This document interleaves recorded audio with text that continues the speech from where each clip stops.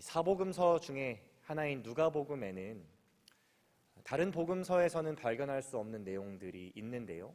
그 중에 하나는 무엇이냐면 바로 침례 요한과 예수님의 탄생 비하인드 스토리입니다. 오늘 우리가 보게 될 이 1장 말씀에서는 이 침례 요한의 부모인 사가랴와 엘리사벳, 그리고 예수님의 육신의 부모인 요셉과 마리아의 이야기가 주로 나오고 있는데요. 오늘 본문 이전에 1장의 내용을 짧게 정리해 보면 이제 천사가 침례 요한의 아버지인 사가랴에게 찾아갑니다. 그리고 이제 엘리야의 심령과 또 능력으로 많은 사람들을 하나님께 돌아오게 할 아들이 사가랴와 엘리사벳 사이에서 태어나게 될 것을 알려주게 되죠. 그리고 이제 엘리사벳이 임신하여서 6개월 정도 지났을 때 그때 하나님께서는 천사 가브리엘을 마리아에게 보내십니다. 그리고 마리아에게 이제 예수님을 잉태하게 될 것이다 라고 알려주죠. 지극히 높으신 이 왕, 그리고 영원한 나라를 다스릴 왕, 그리고 인류를 구원할 자, 이 예수님을 이제 마리아가 잉태하게 될 것이다 알려줍니다. 오늘 본문의 내용은 이제 마리아가 6개월 임신하고 있는 엘리사벳을 찾아간 내용이고요. 그리고 그렇게 마리아가 엘리사벳을 찾아갔을 때 엘리사벳이 마리아를 축복하는 노래를 부르고 마리아는 그 축복의 노래를 듣고 하나님을 찬송하는 노래를 부르는 내용입니다. 저는 오늘 이 아침에 성도님들과 함께 이 엘리사벳의 축복의 노래 그리고 마리아의 찬송의 노래를 함께 좀 묵상하면서 이 두 여인이 가지고 있었던 위대한 믿음을 좀 한번 들여다보길 원합니다. 이 두 여인에게 도대체 어떠한 위대한 믿음이 있었고 그 믿음으로 말미암아 이 여인이 어떻게 이렇게 성경에 기록되었는가 한번 살펴보기를 원합니다. 첫 번째로 엘리사벳과 마리아는 이 하나님이 주신 은혜로 여길 줄 아는 믿음의 여인들이었다는 것을 우리가 깨닫게 되는데요. 우리가 누가복음 1장 7절로 좀 돌아가 보게 되면 엘리사벳이 임신하기 전에 이미 나이가 많았다라는 것을 성경은 알려주고 있습니다. 정확하게 몇 살인지는 알 수 없지만 아마 여성으로서 더 이상 임신을 할 수 없는 폐경 이후의 나이였을 것이다 라고 우리가 추측해 볼 수 있죠. 그런데 그때 천사가 그녀의 남편인 사가랴에게 찾아와서 이제 엘리야의 심령과 능력으로 이 땅에 올 아들을 태어나게 할 것이다 라는 것을 알려줍니다. 여러분, 구약에 보면 이와 굉장히 닮아있는, 거의 동일하다고도 할 수 있는 그런 이야기가 하나 나옵니다. 바로 아브라함과 사라의 이야기죠. 창세기 18장에 보면 아브라함께서 마치 아브라함에게 하나님께서 이 사가랴에게 천사를 보낸 것 같이 정체를 알 수 없는 세 사람을 보내십니다. 그리고 내년 이맘때쯤에 너가 아들을 가질 것이다 이렇게 알려주세요. 그 말을 듣고 여러분, 사라의 반응이 어떠했습니까? 내가 이렇게 이미 나이가 많고 내 남편도 나이가 많은데 나에게 무슨 기쁨이 있겠는가 라고 말하면서 그 말을 신뢰하지 않았고요, 오히려 비웃었다라고 성경은 기록하고 있습니다. 여러분, 그런데 사라와는 다르게 엘리사벳은 조금 다르게 반응하고 있어요. 누가복음 1장 25절 말씀에 보면 이렇게 그녀가 고백했습니다. 주께서 나를 돌보시는 날에 사람들 앞에서 내 부끄러움을 없게 하시려고 이렇게 행하십니다. 쉽게 말해서 엘리사벳은 하나님께서 나에게 은혜를 베푸셨다라고 말하고 있는 겁니다. 그리고 하나님께서 자신에게 은혜를 베푸신 것을 은혜로 받아들이고 있어요. 여러분, 엘리사벳의 입장에서 보면 충분히 사라와 동일하게 자신이 임신하게 될 것, 또 출산하게 될 것이라는 그 얘기를 듣고 충분히 비웃고 불신할 수 있었습니다. 그리고 그러한 하나님을 원망할 수도 있었어요. 하나님, 기왕 아들을 주실 거였으면 왜 지금입니까? 내 평생에 아이를 갖지 못한 서러움과 눈물로 나를 이렇게 지내게 하셨는데 내가 이제 다 죽을 때가 다 돼서 나이가 많이 들었는데 이제 아들을 주시면 그게 나와 무슨 상관입니까? 라고 생각할 수도 있었어요. 심지어 이때 우리가 보진 않았지만 그녀의 남편인 사가랴는 침례 요한 아들이 태어나기 전까지 벙어리로 지냈습니다. 하나님께서 그렇게 만드셨어요.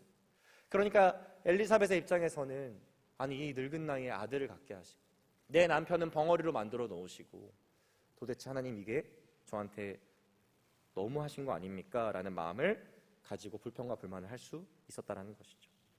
그런데 엘리사벳은 이 늙은 나이에 노년에 아이를 갖게 된 것, 또 남편이 일시적으로 벙어리가 된 것, 그 모든 것들을 하나님의 은혜로 여길 수 있는 믿음을 갖고 있었다라는 거예요.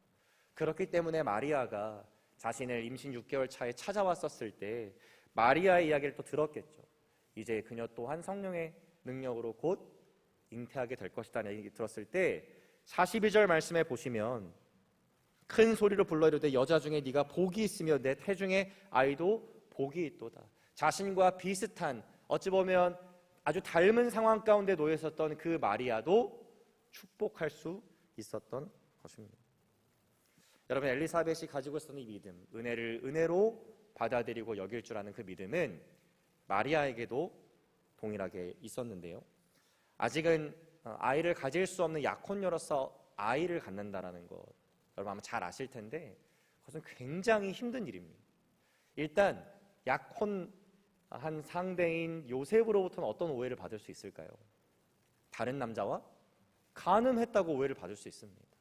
그리고 사회적으로도 약혼한 사람이 있음에도 불구하고 아이를 갖게 된다는 거 엄청나게 지탄을 받고 오해를 받을 수 있는 일입니다.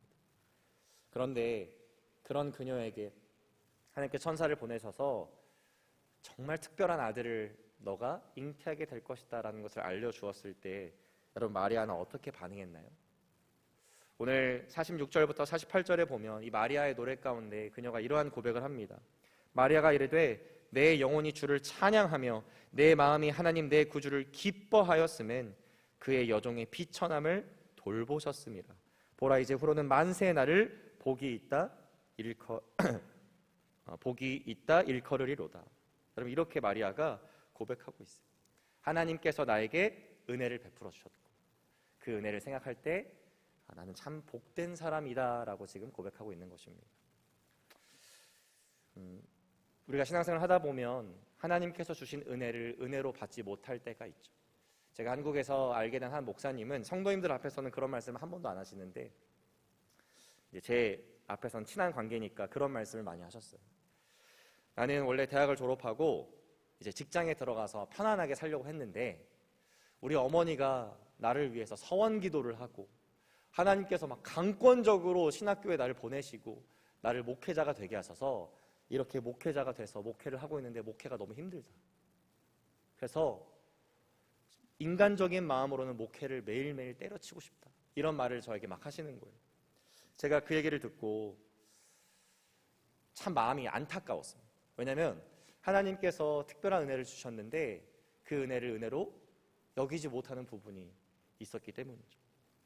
여러분 우리가 살아가다 보면 나의 상황 때문에 나의 환경 때문에 하나님께서 나에게 특별한 은혜를 주셨는데 그러한 은혜를 은혜로 여기지 못할 때가 찾아오게 됩니다. 엘리사벳의 입장에서는 지금 나이가 다 들었고 남편 벙어리 됐는데 아이를 가지는 게 나에게 무슨 상관인가, 나에게 무슨 기쁨이 되겠는가라고 말할 수 있는 것이고요. 또 약혼녀의 입장이었던 마리아는 지금 아들을 가지면 요셉에게 오해받고 사람들에게 지탄받을 수 있는데 내가 왜 아들을 가져야 하는가라고 질문해 볼 수도 있는 것이죠.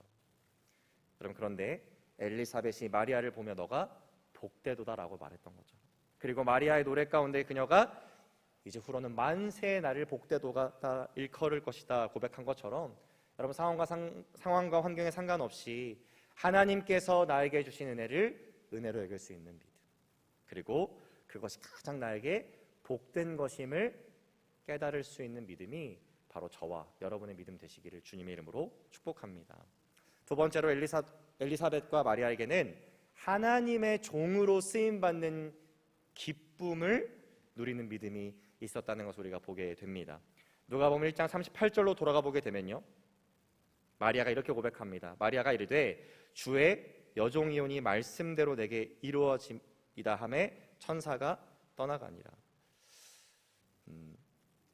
가브리엘 천사가 이제 나타나서 너가 잉태할 것이다 그렇게 말했을 때 내가 주의 여종이오니 말씀대로 내게 이루어지이다, 이렇게 마리아가 고백했어요.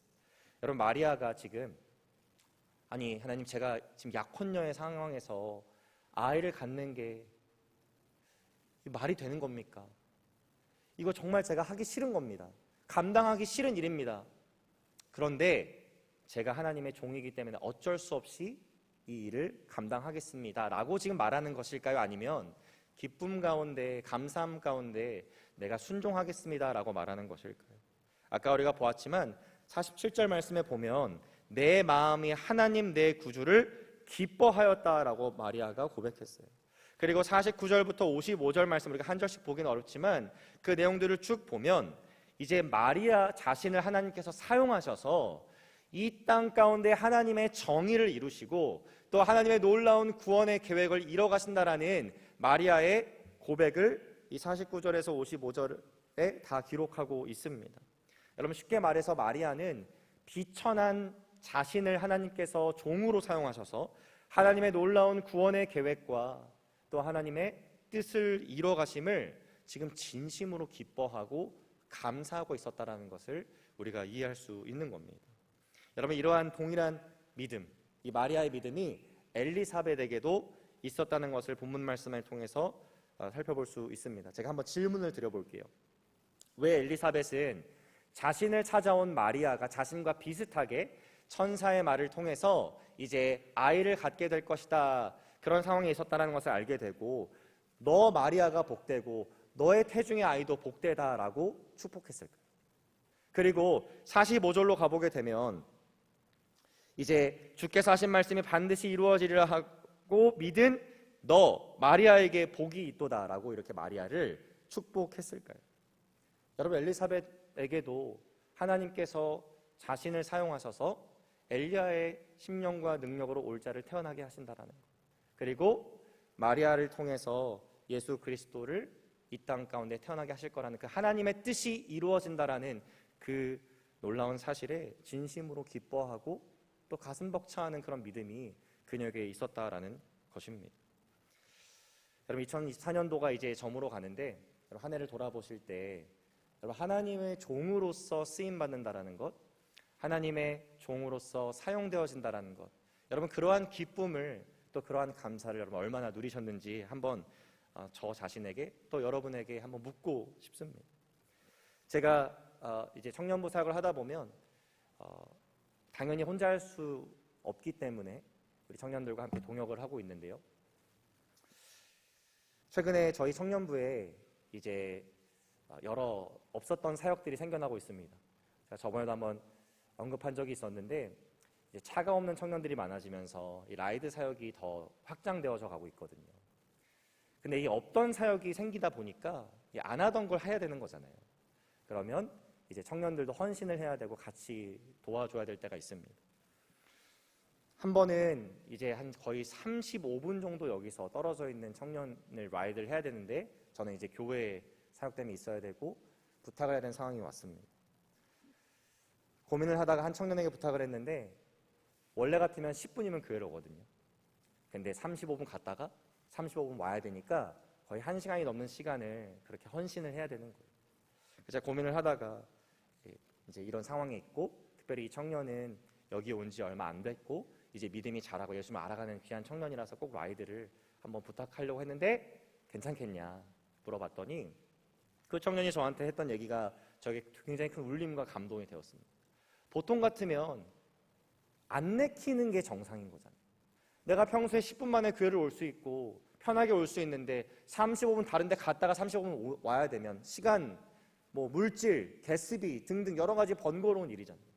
그런데 저한테 그 청년이 이렇게 카톡을 보냈습니다. 목사님, 저에게 이렇게 그 영혼을 섬길 수 있는 기회를 주셔서 너무 감사해요. 다음에 기회가 있다면 저에게 항상 연락 주세요 라고 저한테 얘기했어요. 제가 그 말을 듣고 물론 이 라이드를 섬겨줌에 너무너무 감사한 마음도 있었지만 더 감사한 것은 이 청년이 하나님의 일을 위해, 하나님의 교회를 위해, 영혼들을 위해, 하나님의 나라를 위해 하나님의 종으로 쓰임받는 기쁨을 누리는 청년이구나. 그리고 그것을 감사할 수 있는 귀한 마음을 하나님께서 주셨구나. 저도 함께 기쁘고 또 감사한 시간이 있었습니다. 여러분 2024년 한 해를 돌아보면서 하나님께서 우리 각자에게 주신 특별한 은혜가 분명히 있을 겁니다. 그리고 섬김의 자리로 부르신 부르심이 분명히 있었을 겁니다. 여러분 얼마나 그 은혜를 은혜로 받아들이셨나요? 그리고 그 부르심을 얼마나 기쁨으로 순종하셨습니까? 나의 상황 때문에, 나의 환경 때문에 하나님의 은혜가 분명히 주어졌지만 이것은 은혜가 아니라고 생각한 적은 혹시 없으셨나요? 하나님께서 나를, 이 비천한 나를 하나님의 나라와 주님의 몸된 교회를 위해서 쓰시겠다고 하시는데 그것이 기쁨이 아니라 오히려 불평과 불만이 되진 않으셨습니까? 2024년도 한 해를 보내기 전에 우리 오늘 이 1장 39절에서 56절 엘리사벳의 축복의 노래, 또 마리아의 이 찬송의 노래를 다시 한번 묵상하면서 우리에게 날마다 은혜를 주신 하나님의 은혜를 은혜로 여길 줄 아는 믿음, 그리고 나를 사용하시는 그 하나님의 은혜를 기쁨으로 여길 수 있는 믿음이 저와 여러분의 믿음 되시기를 주님의 이름으로 축복합니다. 기도하겠습니다. 사랑의 하나님, 오늘 이 아침 놀라운 두 여인의 믿음을 함께 묵상하게 하심을 감사합니다. 상황적으로 보았을 때 은혜를 은혜로 여길 수 없었고 또 자신이 사용되어진다라는 것이 불평, 불만으로 이어질 수 있었지만 엘리사벳과 마리아에게 하나님께서 주신 은혜를 은혜로 여길 수 있는 믿음이 있었고 또 자신을 하나님의 뜻과 계획을 이루시는데 사용한다라는 것을 또한 기쁨으로 여길 수 있는 믿음을 주셨다라는 것을 오늘 보게 되었습니다. 하나님, 그 믿음이 우리에게도 동일하게 있게 하여 주옵소서. 2024년도를 보내고 이제 새해를 준비하는 이 시간 가운데 한 해 동안 우리에게 허락하신 놀라운 특별한 은혜들을 은혜로 여기며 하나님을 찬양할 수 있게 하시고 또 하나님께 날마다 쓰임받는 그 기쁨과 감사가 잃어버린 자들에게는 회복되어지며 또 더욱더 풍성해지는 그런 시간들이 우리에게 주어지게 하여 주옵소서. 감사드리며 예수 그리스도의 이름으로 기도합니다.